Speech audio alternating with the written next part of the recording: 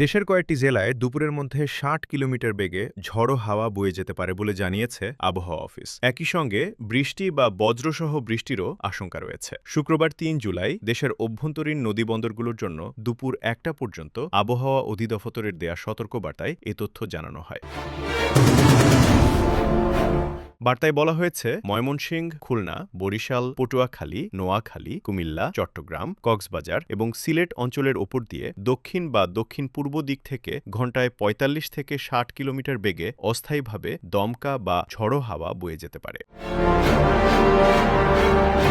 এ সময় বৃষ্টি অথবা বজ্রসহ বৃষ্টির শঙ্কা রয়েছে। তাই ভোর ৫টা থেকে দুপুর ১টা পর্যন্ত দেয়া সতর্কবার্তায় এসব এলাকার নদীবন্দরগুলোকে ১ নম্বর সতর্ক সংকেত দেখাতে বলা হয়েছে। Desk report, press desk, BD.